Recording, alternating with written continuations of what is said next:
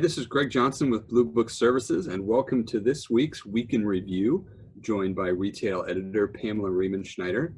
Pamela, you had an interesting rundown of what's going on in the Southeast and the retail market. Why don't you kick us off with our Week in Review analysis on that? First of all, about 2 weeks ago, we got news from Southeastern Grocers that they had acquired 4 former Earth Fare and Lucky's stores, and that they were converting those to a Winn-Dixie. Step 1.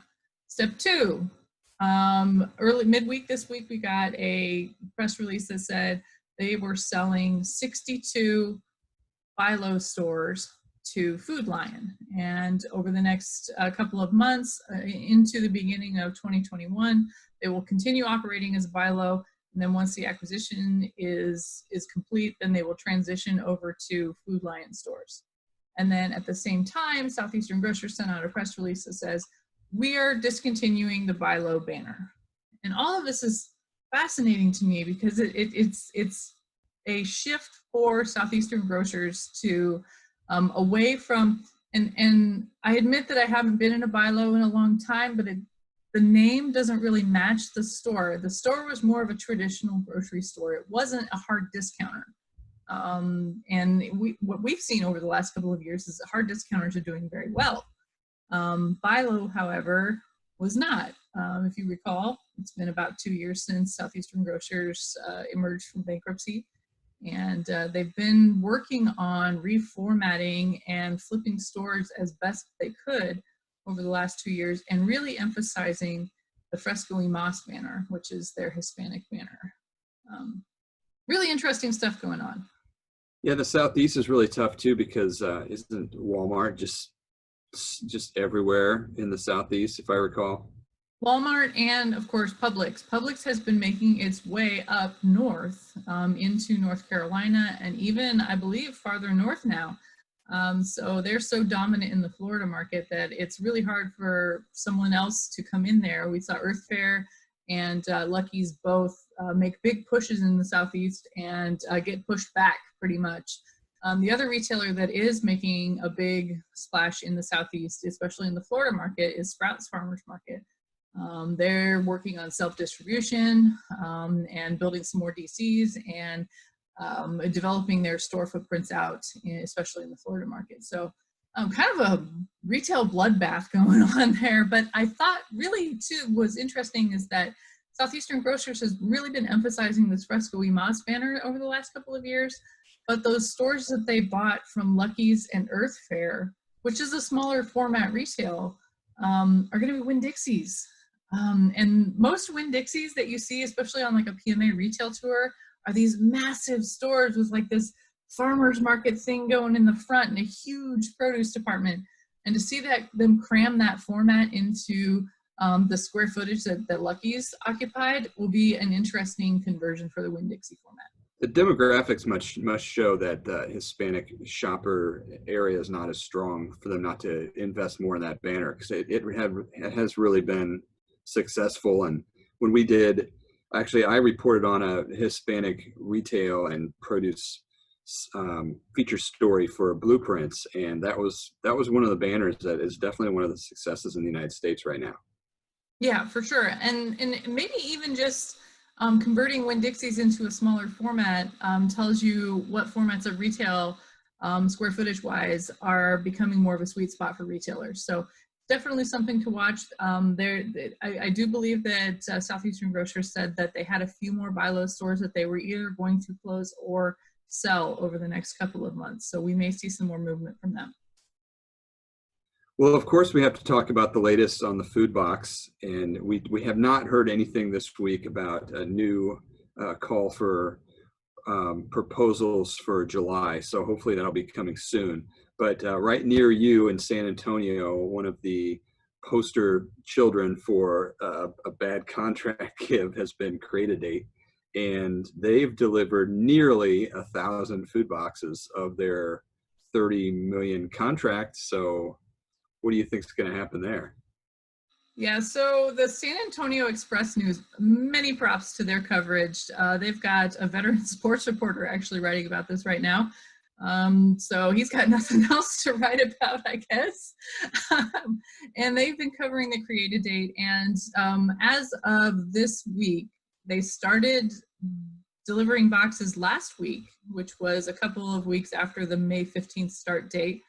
They've only got, I mean, today is June 5th. They've only got 25 more days of June to get approximately 749,300 boxes delivered out, and they've done almost 700. And what was really interesting is that as this story started to develop, it appeared that Create a Date had just, showed up at the food bank without an appointment and dropped off a couple hundred boxes as its first ceremonial drop-off. The rest of the industry has been watching this going, seriously? Meanwhile, we see scores of other businesses have stepped up and are delivering thousands of these boxes a week with little to no issue. We even saw some potato shippers talk about how it's really helping the market for them. They mentioned that in the town hall meeting for PMA. There's tremendous potential, and the vast majority of these boxes are getting delivered as expected. It's just this one company that got such a huge chunk of the money that's getting a huge chunk of the spotlight as far as the media goes, and they're just not delivering. Well, it's a double whammy too, because the food box program is designed not only to feed people, but it's to remove some of the excess product from the market. And if they're not delivering, then neither of those things are happening.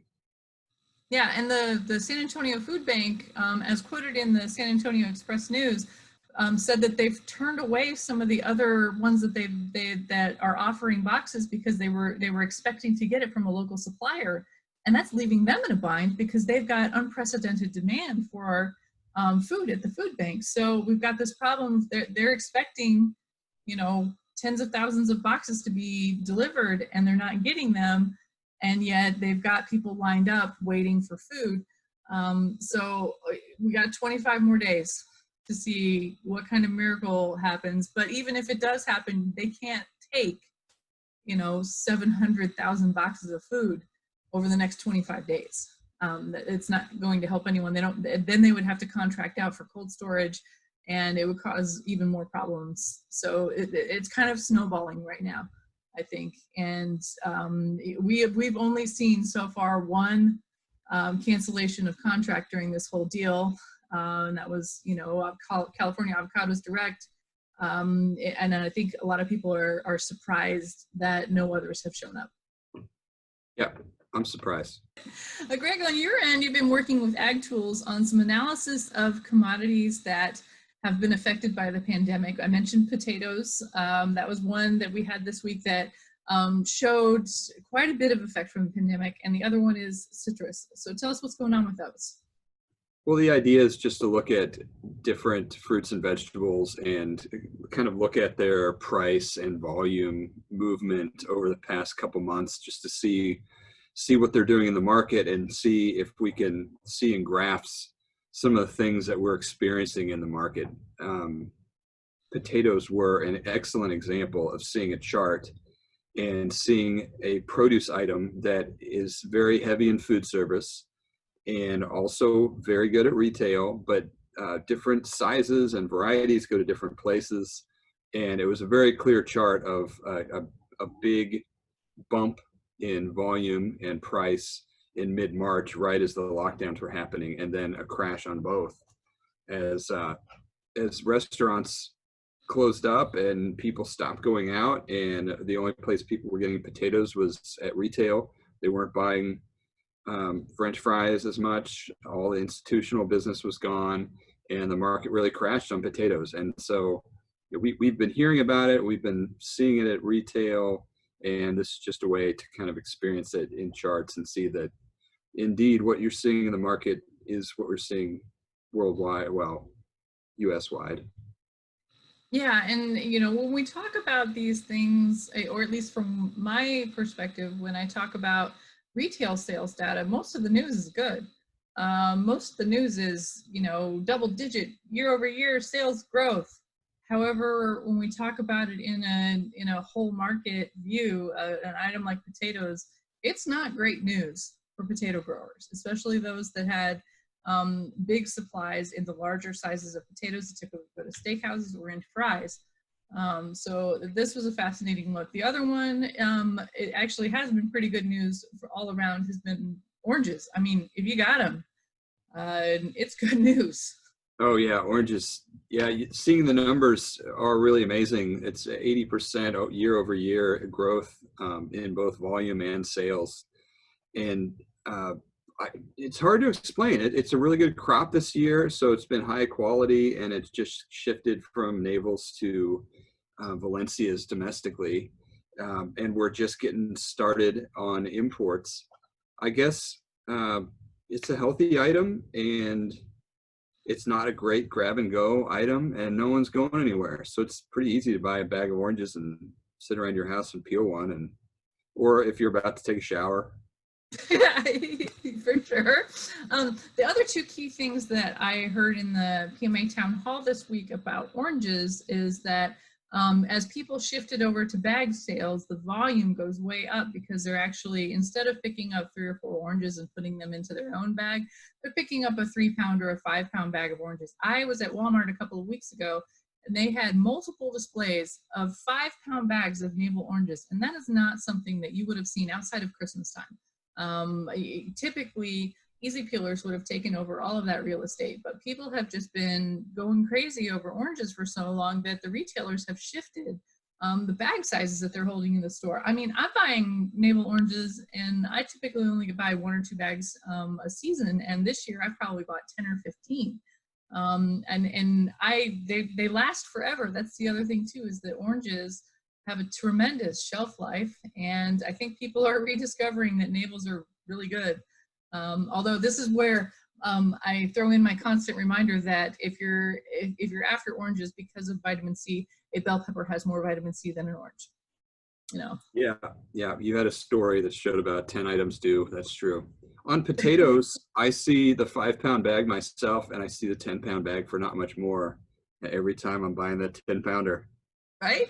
I mean, Yeah. There goes the volume at retail, is that you look at it, you do a little potato math right there, standing in the aisle, and you're like, well, 10 pounds, why not? I'm doing my part. Yep, Yeah, I think we're all doing our part. Yeah, we are eating more potatoes than we normally do. There's no question about that.